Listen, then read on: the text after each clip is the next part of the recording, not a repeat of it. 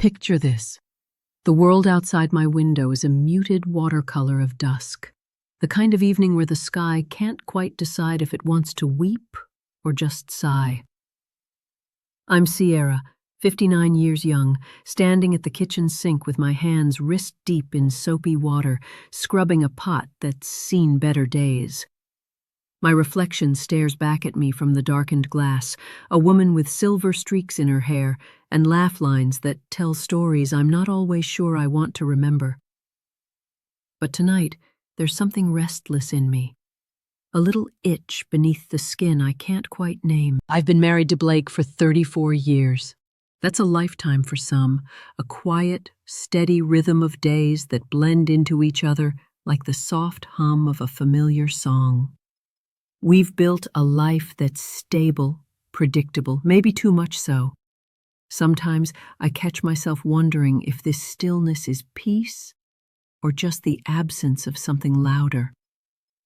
Our home sits in a suburban cul-de-sac, a modest two-story with a neatly trimmed lawn that Blake mows every Saturday like it's a sacred ritual. The neighbors wave as they pass by, their smiles polite but fleeting, never lingering long enough for real conversation. It's a quiet corner of the world, where the biggest excitement is the occasional lost dog poster taped to a streetlight. Blake, though, he's always had his own little kingdom out in the garage. That space is his, undeniably. I can hear it even now as I rinse the last dish, the distant clatter of pool cues striking balls, the low thrum of classic rock spilling from an old stereo that's probably older than our marriage. Laughter rolls out in waves, punctuated by the sharp crack of beer cans being opened. It's cheap beer, always, the kind Blake and his buddies swear by. I've never felt quite at home there in that smoky, masculine territory. The air is thick with the scent of motor oil and stale tobacco, and I've always been content to let it be their domain. My place is here in the kitchen, or curled up with a book in the living room, listening to their revelry from a safe distance. I'm not sure I'd know what to say if I wandered in. Not sure I'd fit into the easy banter of men who've known each other since before I came into the picture. Blake himself is a man of few words, gruff in the way of someone who spent decades working with his hands. Those hands of his are weathered, calloused from years of manual labor, but they're steady, dependable. There's a quiet strength to him, a solidity that's been my anchor through life's storms. But beneath that rough exterior, there's a playful side, a glint in his eye that comes out when you least expect it, a side I haven't seen much of lately. He's not alone out there in the garage, of course. His friends are a constant fixture, especially Carter. Carter's a tall, imposing figure, so here I am, pushing open the side door to the garage with a hesitant nudge, the hinges groaning like they're just as unsure about me being here as I am. The air hits me first, warm and stuffy, a heavy mix of cigarette smoke that curls into my nostrils, and the faint, earthy tang of oil and wood. It's a smell that's pure Blake, pure this space I've avoided for so long. My eyes adjust to the dimness, the flickering fluorescent light overhead buzzing like a trapped insect, casting long, jagged shadows across the concrete floor. The pool table sits at the center of it all, its green felt worn and stained from years of late-night games, a silent witness to countless stories I've never been part of. Around it, the garage is a chaotic mess of life. Shelves cluttered with tools, wrenches and screwdrivers tossed haphazardly next to half-empty paint cans, and a makeshift bar counter in the corner littered with crushed beer cans, their aluminum glinting dully under the light. I step inside, my sneakers scuffing against the gritty floor, and there's Blake, turning to me with that welcoming grin of his, the kind that crinkles the corners of his eyes and makes me feel, for a moment, like I belong. He's holding a pool cue in one hand, and with the other he reaches out to hand me one, his calloused fingers brushing against mine, rough but warm. It's a small gesture, but it sends a little jolt through me, a reminder of how long it's been since I've felt that casual touch. His buddies are scattered around, a handful of weathered faces I've seen over the years, and they nod in acknowledgement as I stand there, clutching the cue like it's a foreign object.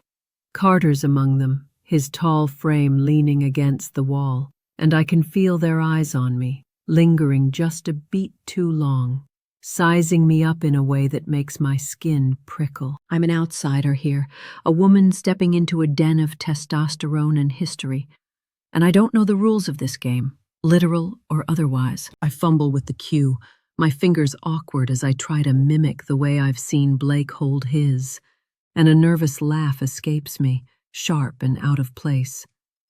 Blake chuckles, his voice a low rumble as he steps closer, clapping a hand on my shoulder. Relax, Sierra. It's just a game. Ain't nobody here gonna bite.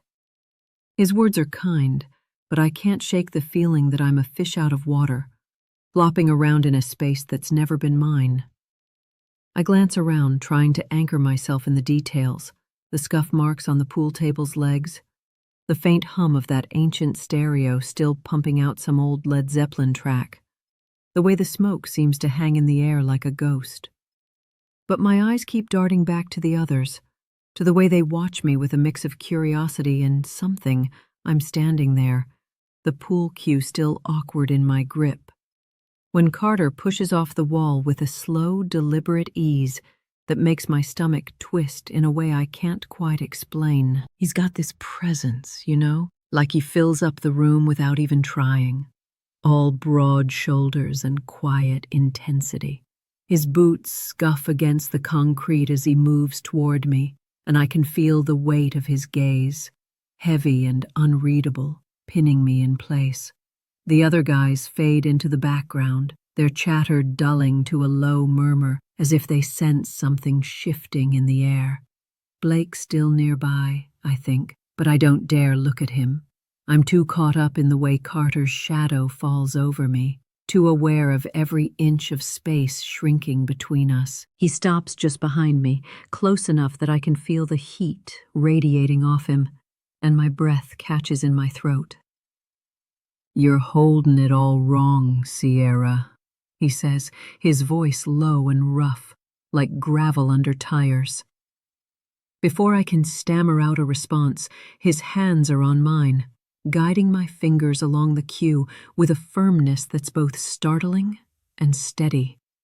His palms are rough, calloused like Blake's, but there's something different in the way they move, something purposeful, almost possessive.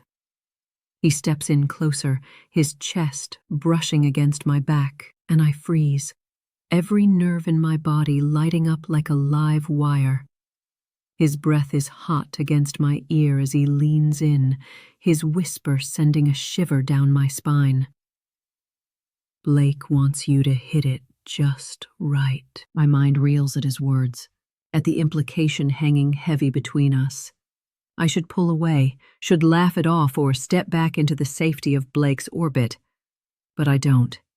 I can't. There's this electric tension crackling through me, a mix of shock and guilt and something darker. Something I haven't felt in years, a rush of raw, undeniable desire. My heart's pounding so hard I'm sure everyone in the garage can hear it. But Carter doesn't let up.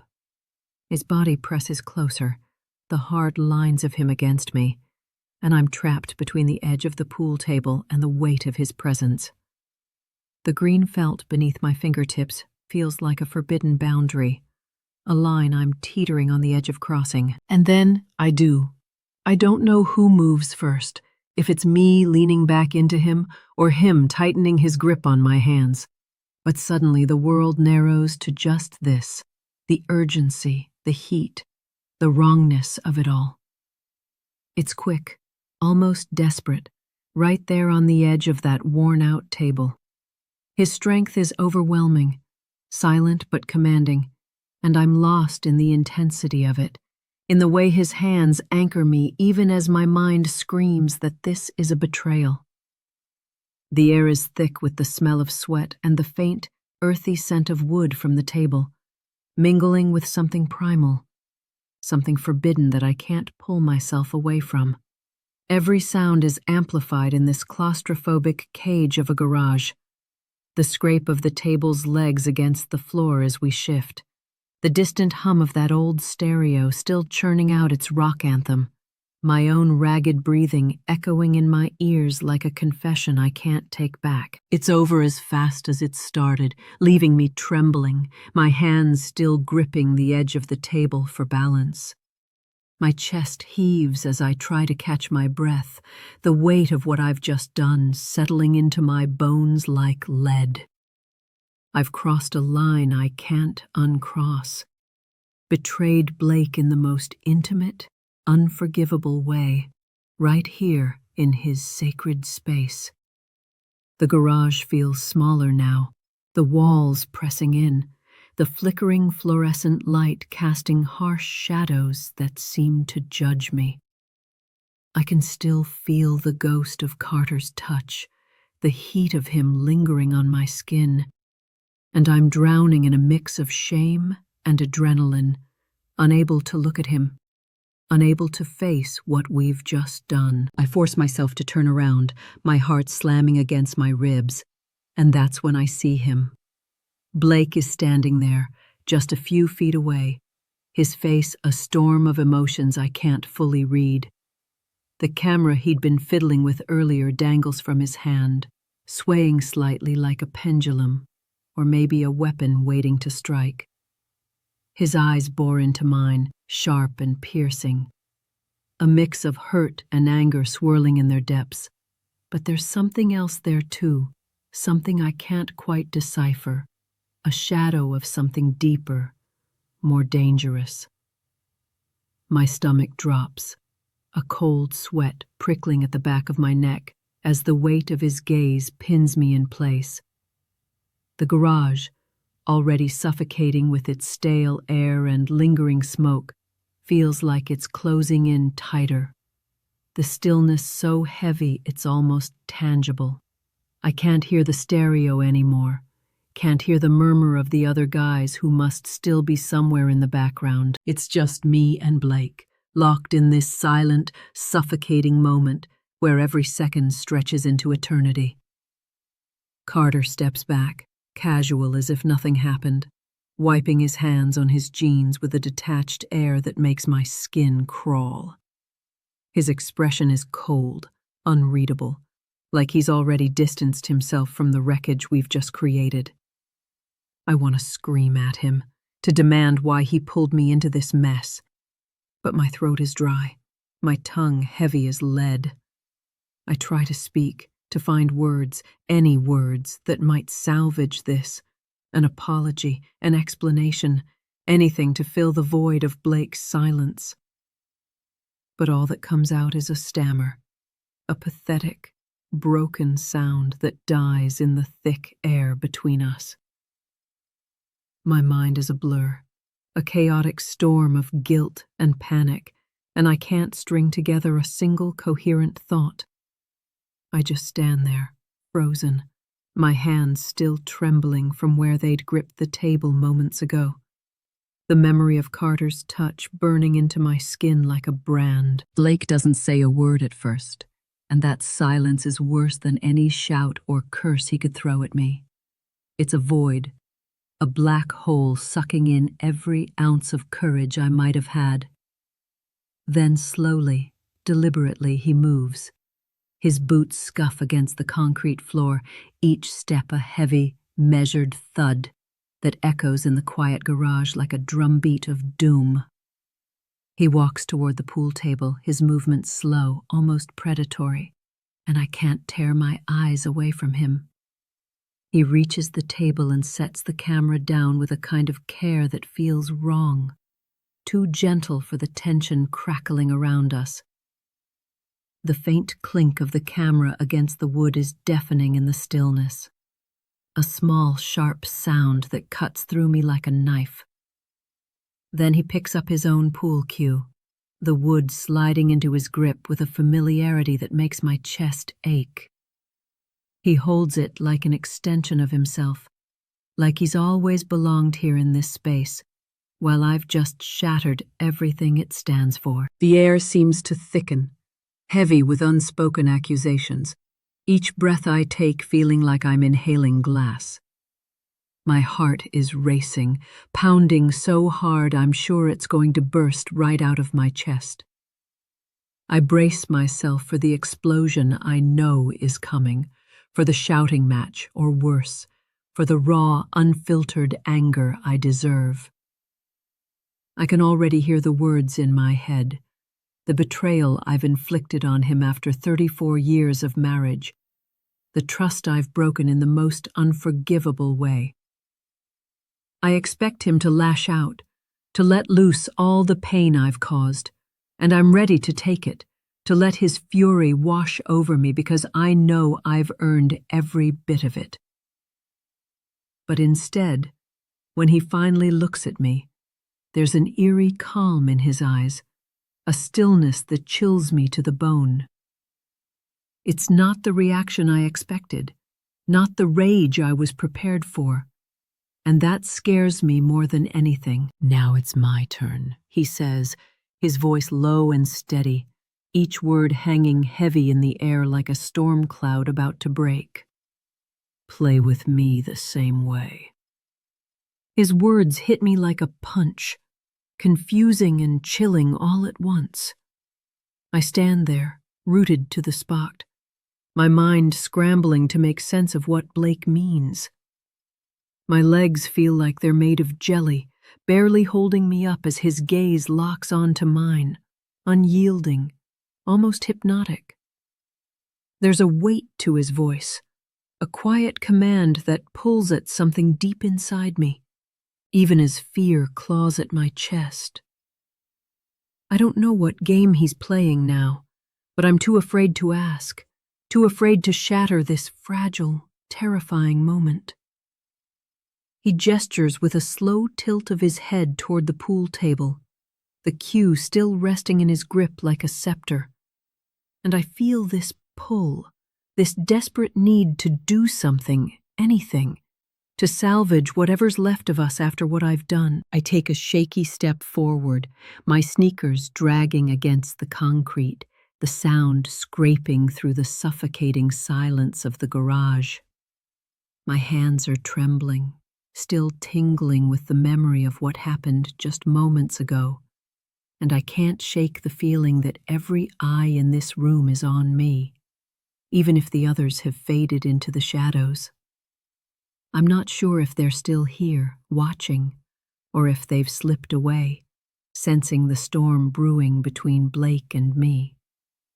It doesn't matter. All I can focus on is him, the way he stands there, so steady, so composed, while I'm falling apart inside.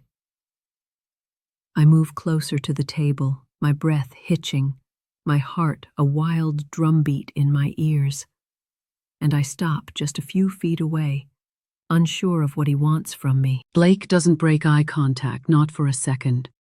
He circles the table slowly, his boots scuffing softly against the floor, each step deliberate, like a predator sizing up its prey. The cue in his hand taps lightly against the edge of the table, a rhythmic, almost taunting sound that sets my nerves on edge. Then he speaks again, his voice still low, still steady, cutting through me like a blade. "Why'd you do it, Sierra?" The question lands heavy, sharper than I expected, and I flinch as if he struck me. I open my mouth to answer, but nothing comes out, just a choked sound that betrays how broken I feel. He doesn't wait for me to find my words. He keeps circling, keeps tapping that cue, and asks again, "What did you feel when you let him touch you like that?" Right here, in my space. Each word is a blow, more painful than any physical hit could ever be. My chest tightens, a sob building in my throat as tears start to burn at the corners of my eyes. I blink hard, trying to hold them back, but they spill over anyway, hot and relentless, streaming down my cheeks. I want to look away, to hide from the intensity of his gaze, but I can't.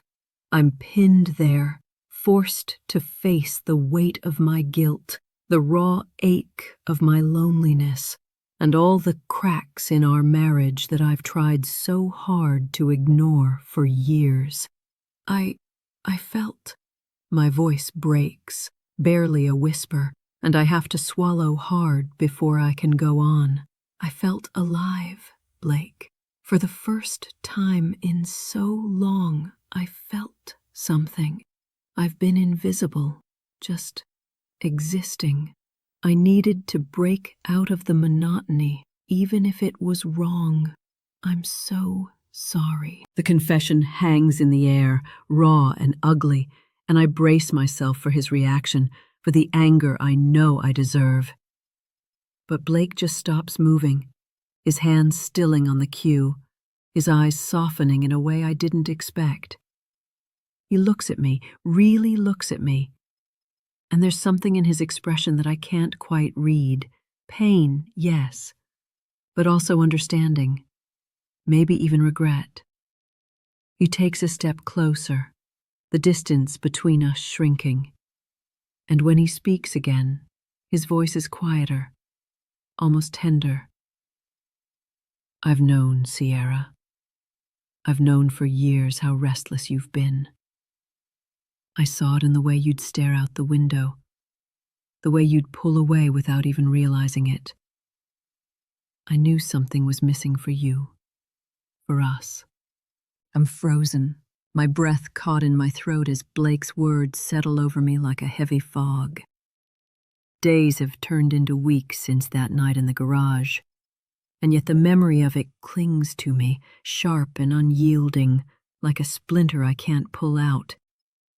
I'm standing at the kitchen sink again, staring out at a world that's moved on without us, the cul-de-sac quiet under a gray autumn sky.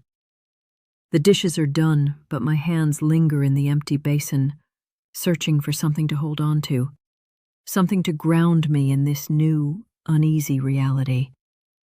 Our home, once a place of steady routine, now feels like a hollow shell, filled with a silence that presses against my ears, thick and suffocating.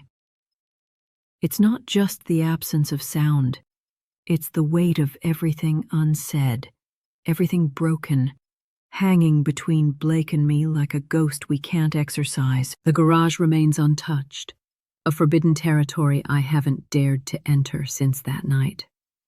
I pass by the side door every day, my eyes catching on the chipped paint, the rusty hinges, and I feel a pang in my chest, a mix of guilt and dread. Inside, I know the pool table sits there, gathering dust on its worn green felt, a silent monument to my betrayal and Blake's strange, unsettling test.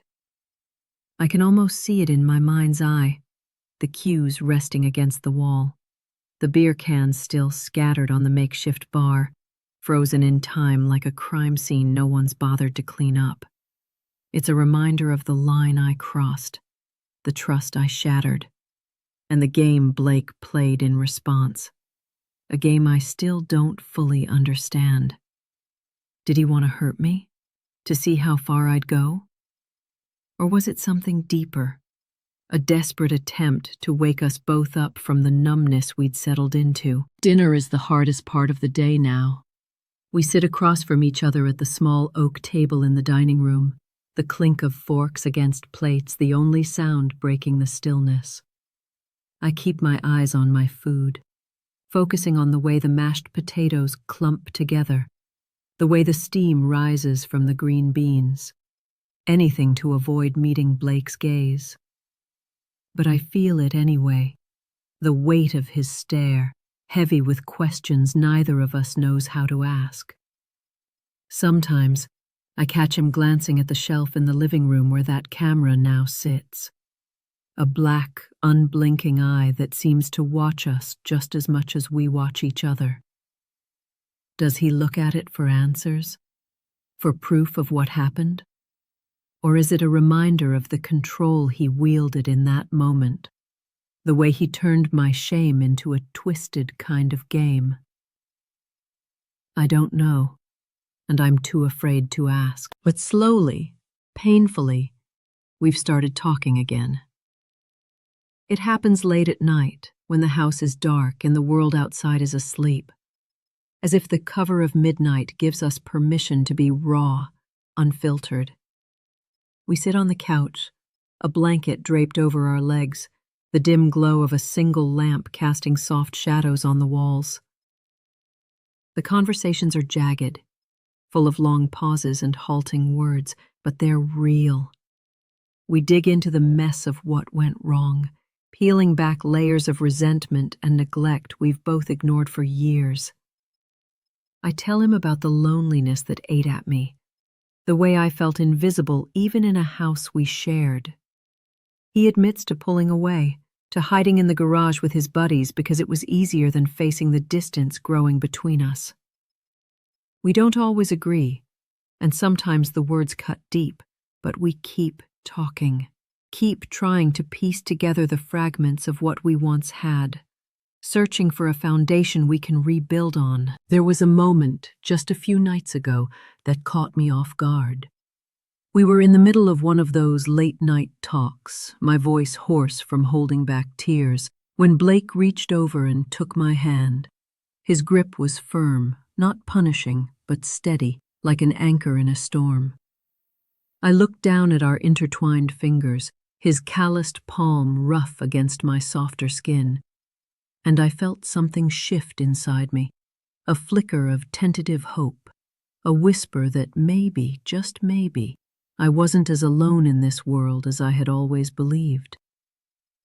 Don't forget to subscribe, like, and comment if you enjoyed this story. This will help us create more engaging stories for you.